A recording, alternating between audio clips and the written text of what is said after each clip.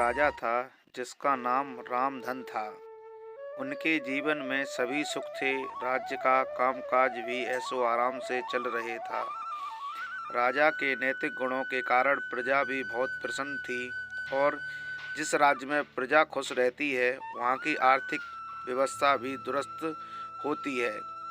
इस प्रकार हर क्षेत्र में राज्य का प्रभाव अच्छा था। इतने सुखों के बाद भी राजा दुखी था क्योंकि उसकी कोई संतान नहीं थी। यह गम राजा को अंदर ही अंदर सताता रहता था। प्रजा को भी इस बात का बहुत दुख था। वर्षों बाद राजा की यह मुराद पूरी हुई और उसे एक पुत्र की प्राप्ति हुई।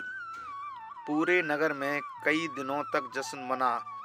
नागरिकों को राजमहल में दावत दी गई। राजा की इस खुशी में प्रजा भी झूम रही थी। समय बीतता जा रहा था। राजकुमार का नाम नंदन सिंह रखा गया। पूजा पाठ एवं इंतजार के बाद राजा को संतान प्राप्त हुई थी, इसलिए उसे बड़े लाड़ प्यार से रखा जाता था। लेकिन अत किसी बात की अच्छी नहीं होती। अधिक लाड़ ने नंदन सिंह को बहुत बिगाड़ दिया था। बचपन में तो नंदन की सभी बातें दिल को लुभाती थीं, पर बड़े होते होते यही बातें बदतमीजी लगने लगती हैं। नंदन बहुत ज़्यादा जिद्दी हो गया था। उसके मन में अहंकार आ गया था। वो चाहता था कि प्रजा सदैव उसकी जय जयकार करे, उसकी प्रशंसा करे। उसकी बात न सुनने पर वो कोलाहल मचा देता था।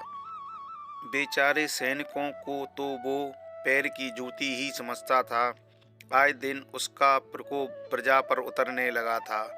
वो खुद को भगवान के समान पूजना देखना चाहता था। आयु तो बहुत कम थी, लेकिन अहम कई गुना बढ़ चुका था।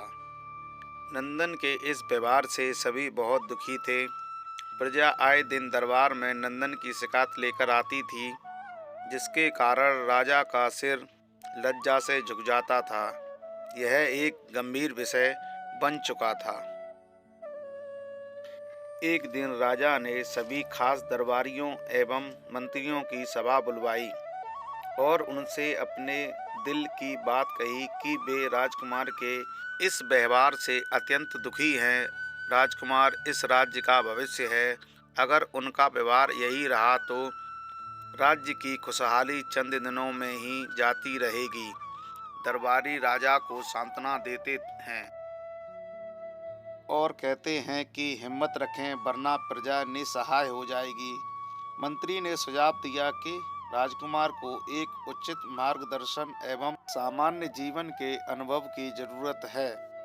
आप उन्हें गुरु राधा गुप्त के आश्रम भेज दीजिए। सुना है वहाँ से जानवर भी इंसान बनकर निकलता है। यह बात राजा को पसंद आई और उसने नंदन को गुरुजी के आश्रम भेजा। अगले दिन राजा अपने पुत्र के साथ गुरुजी के आश्रम पहुँचे। राजा ने गुरु राधा गुप्त के साथ अकेले में बात की और नंदन के विषय में सारी बातें कहीं। गुरुजी ने राजा को आश्वस्त किया कि वे जब अपने पुत्र से मिलेंगे तब उन्हें गर्व महसूस होगा। गुरुजी के ऐसे शब्द सुनकर राजा को शांति महसूस हुई और वे सहर्ष अपने पुत्र को आश्रम में छोड़कर राजमहल लौट गए। अगले दिन सुबह गुरु के खास चेले द्वारा नंदन को भिक्षा मांगकर खाने को कहा गया, जिसे सुनकर नंदन ने साफ इनकार कर दिया। चेले ने उसे कह दिया कि अगर पेट भरना है तो भिक्षा मांगनी होगी और भिक्षा का समय शाम तक ही है, अन्यथा भूखा रहना पड़ेगा। नंदन ने अपनी अकड़ में चेले की बात नहीं मानी और शाम होते उसे भूख लगने लगी, लेकिन उसे खाने को नहीं मिला। दूसरे दिन उसने भिक्षा मांगना शुरू किया। शुरुआत में उसके बोल के कारण उसे कोई भिक्षा नहीं देता था, लेकिन गुरुकुल में सभी के साथ बैठने पर उसे आधा पेट भोजन मिल जाता था। धीरे धीरे उसे मीठे बोल का महत्व समझ आने लगा और करीब 1 महीने बाद नंदन को भरपेट भोजन मिला, जिसके बाद उसके व्यवहार में परिवर्तन आए। इसी तरह गुरुकुल के सभी नियमों ने राजकुमार में बहुत से परिवर्तन किए, जिसे राधा गुप्त जी भी समझ रहे थे। एक दिन राधा गुप्त जी ने नंदन को अपने साथ सुबह सवेरे सैर पर चलने को कहा। दोनों सैर पर निकल गए। रास्ते भर बहुत बातें की। गुरुजी ने चंदन से कहा कि तुम बहुत बुद्धिमान हो और तुम में बहुत अधिक ऊर्जा है, जिसका तुम्हें सही दिशा में उपयोग करना चाहिए। दोनों चलते चलते एक सुंदर बाग में पहुंच गए, जहां बहुत सुंदर सुंदर फूल थे, जिनसे बाग महक रहा था। गुरुजी ने नंदन को बाग से पूजा के लिए गुलाब के फूल तोड़ने को कहा। नंदन झट से सुंदर सुंदर गुलाब तोड़ लाया और अपने गुरु के सामने रख दिए। अब गुरुजी ने उसे नीम के पत्ते तोड़कर लाने कहा। नंदन वो भी ले आया। अब गुरुजी ने उसे एक गुलाब सूंघने दिया और कहा, बताओ कैसा लगता है। नंदन ने गुलाब सूंघा और गुलाब की बहुत तारीफ की। फिर गुरुजी ने उसे नीम के पत्ते चखकर उसके बारे में कहने को कहा। जैसे ही नंदन ने नीम के पत्ते खाए, उसका मुंह कड़वा हो गया और उसने उसकी बहुत निंदा की और जतर कतर पीने का पानी ढूंढने लगा। नंदन की यह दशा देख गुरुजी मुस्कुरा रहे थे। पानी पीने के बाद नंदन को राहत मिली। फिर उसने गुरुजी से हंसने का कारण पूछा।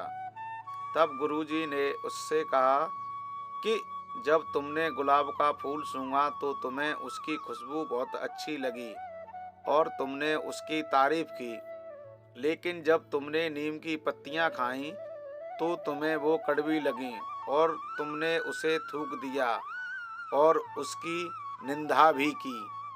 गुरुजी ने नंदन को समझाया, जिस प्रकार तुम्हें जो अच्छा लगता है तुम उसकी तारीफ करते हो, उसी प्रकार प्रजा भी जिसमें गुण होते हैं उसकी प्रशंसा करती है। अगर तुम उनके साथ व्यवहार करोगे और उनसे प्रशंसा की उम्मीद करोगे तो वे यह कभी दिल से नहीं कर पाएंगे।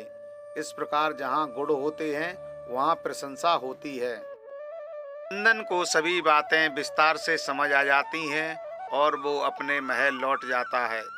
नंदन में बहुत परिवर्तन आता है और वो बाद में एक सफल राजा बनता है। कहानी की शिक्षा। गुरु की सीख ने नंदन का जीवन ही बदल दिया। वो एक क्रूर राजकुमार से एक न्यायप्रिय दयालु राजा बन गया। इस कहानी से हमें यही शिक्षा मिलती है, हम में गुण होंगे तो लोग हमें हमेशा पसंद करेंगे, लेकिन हम अवगुणी हैं तो हमें प्रशंसा कभी नहीं मिल सकती।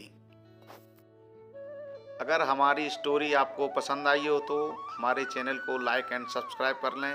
ऐसी ही स्टोरी आपको मिलती रहेंगी। तब तक के लिए थैंक्स।